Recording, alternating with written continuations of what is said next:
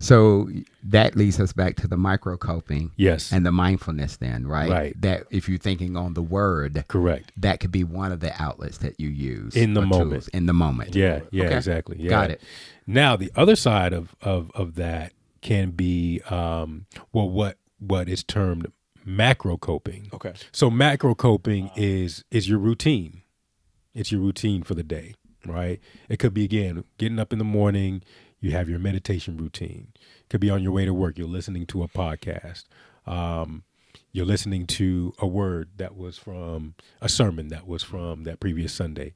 You know, you have specific things that you do to ensure that you stay grounded throughout the course of the day. Okay. So if we look at the difference between microcoping and macrocoping, give an example. So microcoping is, let's say, for instance, you have a medical crisis, right? You're going to the ER immediately. Yeah. You need something in the moment that's going to help to get you regulated, right? Whereas with macrocoping, it's similar to going to see your PCP.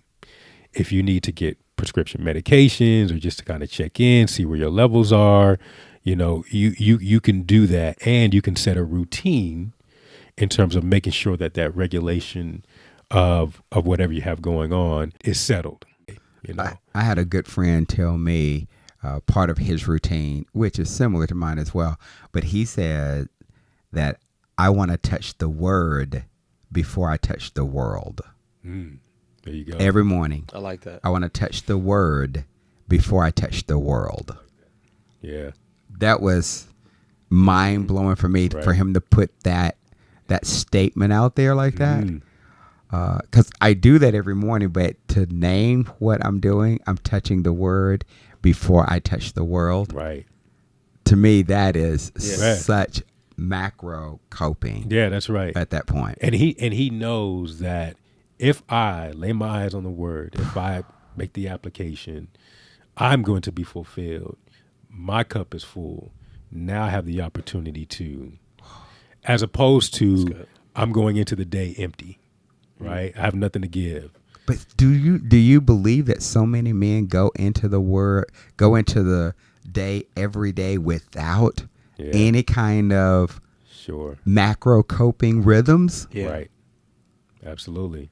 And we know what happens. We know what happens as a result of that. Yeah. Wow. Right. It sets the tone for your day. Right.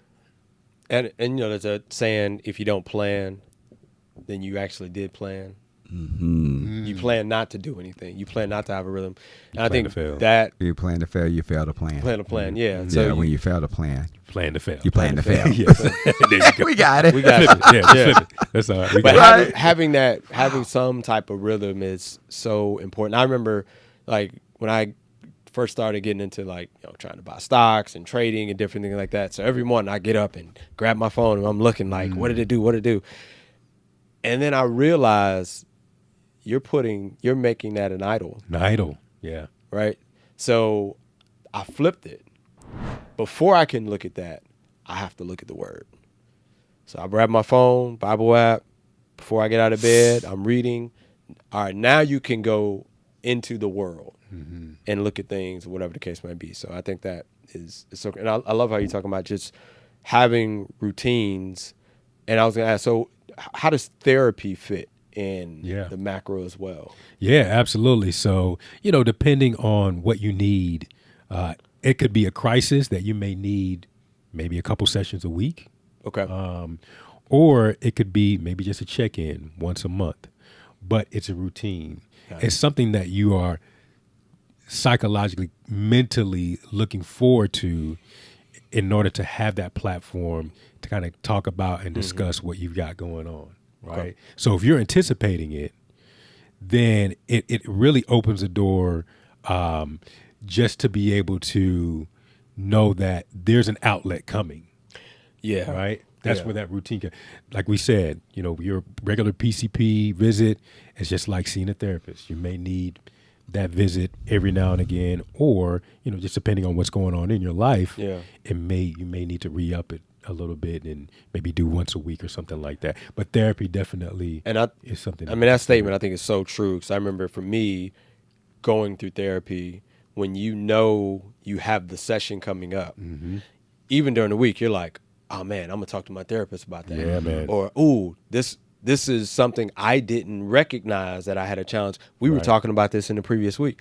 Now I know what to look for. So I think that, having that routine, knowing it's coming up, those things are very helpful. Yeah. Very helpful. Other things in macrocoping too can be journaling.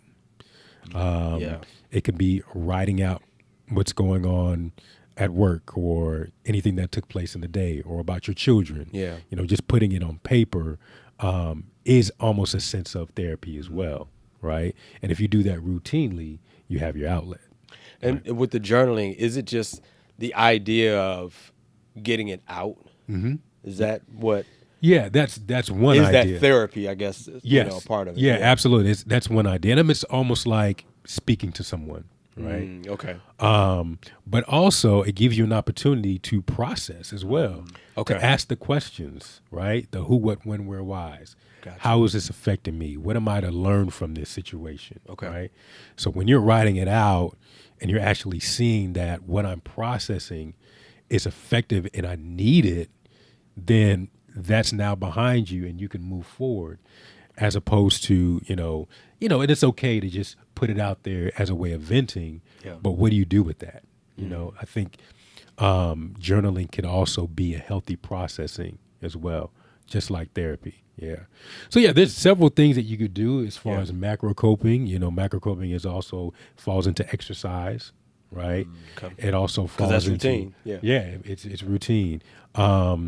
It can also be, if there's certain things that you do with your children. There's so many things that you. I would also say this too. So we've got microcoping and macrocoping.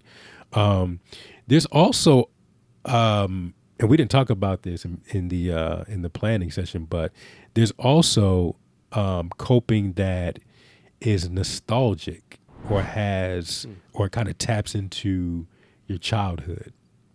Let me give you an example. Okay. So for me, what gives me such peace is being able to go to an amusement park and ride roller coasters. I remember growing up, my cousin and I, my mom took my cousin and I, cousins and I, to, the local amusement park, rode my first huge roller coaster on top of the world. And it took that moment for me to experience like that sensational high, like that drive, that rush, and I couldn't get enough of it, right? And so to this day, there are moments where I'm like, man, I need to get on a roller coaster. I seen man. this brother in action. He like a kid running from one to the next. He's like, "Mind you riding this?" Or nah, bro. Hey man, I don't get any food. Yeah. I'm jumping from line to line because the rush and the nostalgia. Fast pass. Yeah, that's right. Another example is roller skating. Oh, I'll get out and roller skate.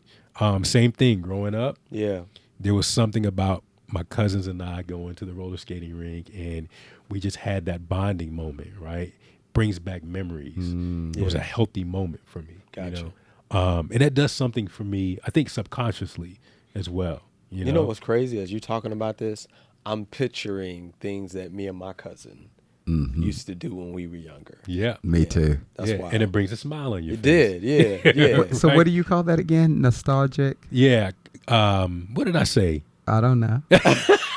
I know you said nostalgic. What you said was good. I don't know what it was. But it was good. I know you said something about I guess it's coping that has a level of nostalgia. Nostalgia to it. Okay. You'll call it nostalgic coping. Nostalgic coping. Yeah. We'll it is because I think it's just something I made up too. But I just thought about it. No, that's good though, because when you do think about those things where you grew up with your family members or close friends and the things that you did on a consistent basis that brought you such joy. Yeah.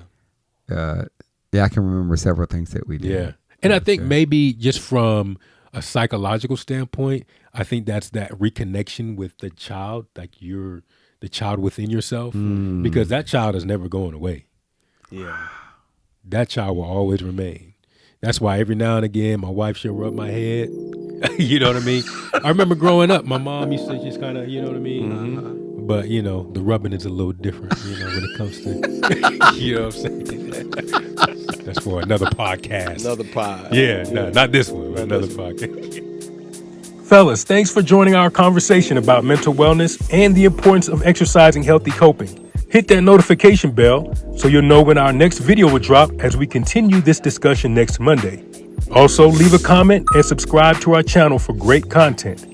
And one more thing, don't forget to go out and encourage another brother.